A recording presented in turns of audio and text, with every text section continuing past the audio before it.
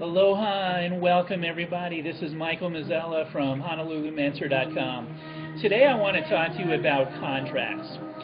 Buy and sell agreements, contracts. As real estate investors, that's a very important part of our business. It's something we're dealing with all the time. There's a lot of confusion in the business over contracts, and I think the training industry contributes a lot to that. For instance, if you've attended any Rich Dad seminar, a Robert Kiyosaki boot camp, Robert Allen boot camp, Russ Whitney, usually every seminar that you go to, every boot camp you go to, they're issuing you more and more contracts to use. And before long, you've accumulated an entire library of contracts. And it gets more confusing. Well, which ones do I use for what? And there's so many of them. Which ones are the right ones to use? Which ones should I not use? And what are the problems associated with them? And they still tell you got to have your attorneys, look them over too. So there's an additional cost involved. And then on top of all that, you find out that when you start using them, if there's a realtor involved in any part of the transaction, the realtor is not even going to accept that contract to begin with. They want you to use the standard realtor's form that's been approved in that particular state. Now, a lot of people ask me, Michael, is there a way around this? What do you do? How do you crack the code on using contracts? It seems to be so complicated. Well, my solution is pretty simple. And actually, in 80 to 90% of the deals that I do, I use the standard realtor's contract.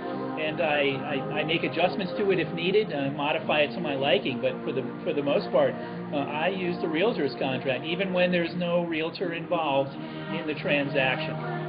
The reason that I use the realtor's contract, that I prefer to use that, is that the realtor's contract in any given state is fair and balanced. It does not favor one party over the other.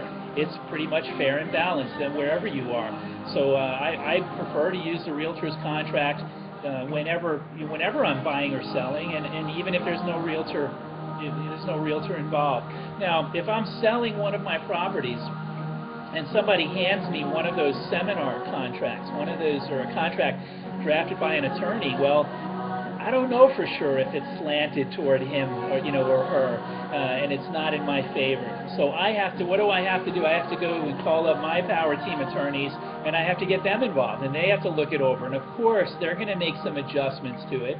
So now we're racking up the costs, the hourly fees for my attorneys. So again, just to keep it simpler, I go with the standard realtor contract. And I think you should learn to modify that contract to your liking. For instance, we do a lot of assignments in this business, and if the realtor contract that you're using states anywhere that, well, this contract cannot be assigned, I simply cross that out and I write in this contract can be assigned, and then I'll initial it. That's just an example of modifying the contract to fit your needs. If I need to have some stipulation in the contract that is not included in the standard realtor's contract, well, I'll put that on a separate page, and I'll make that an addendum. I'll add that to the back of the contract. Now, in Hawaii, we have a 12-page realtor's contract, and the first page looks like this. In fact, this particular one, this example here was an offer I sent out. I actually got the deal. I took down a deal on this one and made a good bit of money on it. But one of the questions that comes up when you're using a realtor's contract is, well, a realtor told me that you have to be a licensed agent in order to use it. Well, that's not true at all. In fact, in any state, that's not the case. However,